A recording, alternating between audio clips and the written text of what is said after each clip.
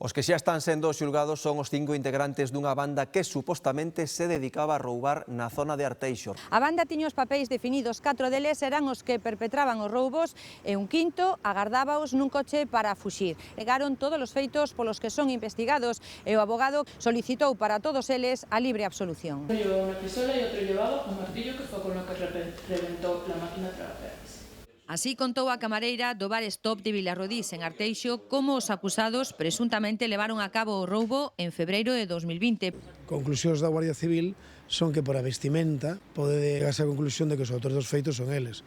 É unha vestimenta como se verá no suizo de no máis normal. A varios deles ensináronlles na sala as prendas de roupa, les negaron recoñecelas. Un dos procesados contou que levaba 2 anos e medio sen sair da casa porque estaba en busca e captura.